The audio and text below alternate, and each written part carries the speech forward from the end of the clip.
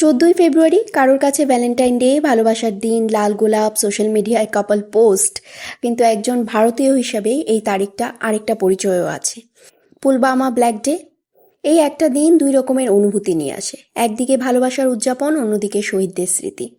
Social media খুললে চারদিকে শুধু লাভ মুড, কিন্তু আমার মনে হয় প্রথমে যে কথাটা আসে সেটা হলো সেই সৈনিকদের কথা, যারা দেশের জন্য নিজের জীবন দিয়েছিলেন। পুলওয়ামা হামলার সেই ঘটনাটা 14 ফেব্রুয়ারির সঙ্গে এমনভাবে জড়িয়ে গেছে যে এই তারিখটা এলে না মনটা একটু থমকে যায়। সত্যি বলতে কি, কোনোদিনই ভ্যালেন্টাইন ডে খুব বড় করে সেলিব্রেট করা হয়নি, না বিয়ের আগে না বিয়ের পরে, তাই আলাদা করে খুব এক্সপেকটেশনও কোনো দিন ছিল না। কিন্তু শহীদদের কথা মনে পড়লে এই দিনটাকে শুধু লাভ ডে বলে আমি ভাবতে পারি না। তাদের পরিবারগুলোর কথা ভাবি, তাদের কাছে এই দিনটা কেমন লাগে সেটা ভেবেই না আমার ভীষণ খারাপ লাগে। জানি না তোমাদের কেমন লাগে, কিন্তু আমার কাছে এই দিনটা এখন মিক্সড ইমোশনের ডে। যাই হোক, সংসারের কাজ তো আর থেমে থাকে না। ছাদ বাগান থেকে পালং শাক এসেছে। নিজেদের ছাদ বাগানের গাছের শাক কাটার মধ্যে আলাদা একটা তৃপ্তি আছে, জানো তো। শাকগুলো ধুয়ে কেটে রাখা হলো, কিন্তু সেদিন না সেটা রান্না করা হয়নি, কারণ তার আগে পাঁচমেশালি নিরামিষ সবজি কাটা হয়ে গেছিলো। আমি একদিনে দুই রকমের নিরামিষ রান্না করি না, তাই শাকটা পরের দিনের জন্য রেখে দিলাম আর কি। তো কড়াইতে তেল গরম করে পাঁচফোড়ন সোমবার দিলাম। পাঁচফোড়ন সোমবার দেওয়ার পরে না ভুল করে গোটা জিরা জিরে ফোড়ন দেওয়ার আগেই সবজিগুলো দিয়ে দিয়েছিলাম। মানে ওই যে একসাথে ভিডিও প্লাস রান্না করতে গেলে একটু তো ছেঁড়াবেড়া টাইপের লাগেই, তো সেটাই আমার হয়েছিল। তো সবজি দিয়ে লবণ হলুদ দিয়ে তারপর দিয়ে দিলাম। তারপরে লাস্টে আমি এটা মানে তখন আর কি যখন দিলাম এগুলো, তারপর মনে পড়লো যে আরে গোটা জিরে তো ফোড়ন দেইনি, তো গোটা জিরে ফোড়ন দিলাম। তারপরে এই যে গোটা জিরেটা এখন দিয়ে দিলাম। তারপরে যখন সবজিগুলো একটু নাড়াচাড়া করার পরে তারপর মনে হলো যে একটু আদাটা দিয়ে দিই। আদাটা না আমি একটু পরেই দিই, আদাটা প্রথমে দিই না, নাহলে আদাটা ভাজা ভাজা হয়ে একদম কালা কালা হয়ে যায়। তো যাতে ওইটা কালো না হয়, তো আমি আদাটা এখন দিয়ে দিচ্ছি। তো বাড়িতে নিরামিষ সবজি একদম শুকনো পছন্দ একদমই কেউ করে না, তাই একটু জল আমাকে অ্যাড করতেই হয়। তো সাইড বাই সাইড আমি এখানে একটু পেঁয়াজ টমেটো কেটে নিচ্ছিলাম। তো পেঁয়াজ টমেটো কেন কাটছি সেটাও তোমাদের সাথেই শেয়ার করব আমি। এর পরের আরেকটা তরকারি বানাবো সেটার জন্য আর কি।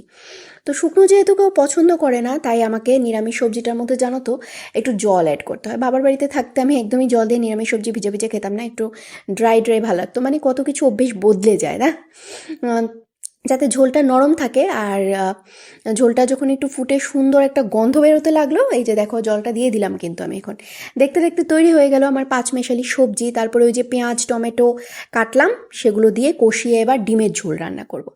হ্যাঁ, অনেকেই ভাবতে পারো যে মহাশিবরাত্রির আগের দিন আমি কেন ডিম রান্না করছি, আমি কি তাহলে সংযম করছি না, আমি কি নির্জলা উপবাস করছি না।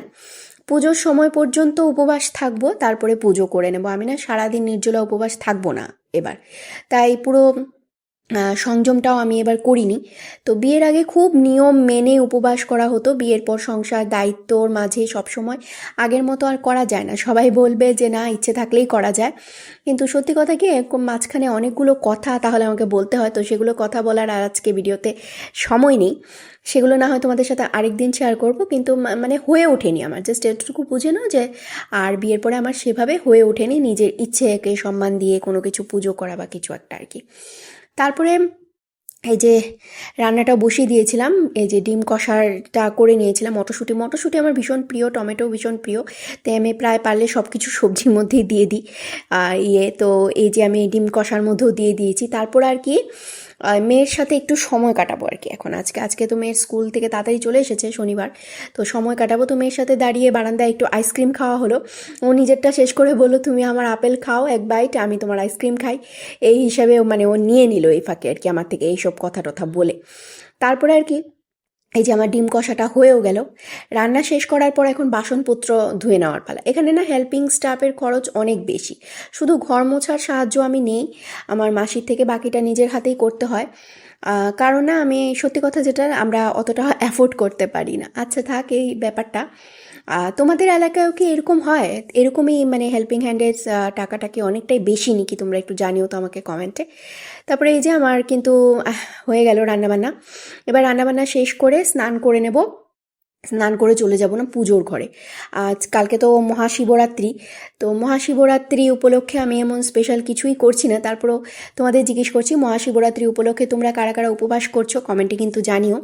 তো এই ছিল 14ই ফেব্রুয়ারি ঘিরে একটা সাধারণ দিনের গল্প, একটু আবেগ, একটু রান্না, একটু মামের মুহূর্ত আর একটু ভক্তি। তোমাদের কাছে এই তারিখটা কী অর্থ বহন করে, লাভ ডে না ব্ল্যাক ডে? কমেন্টে জানিও। ভালো থেকো, বাই বাই।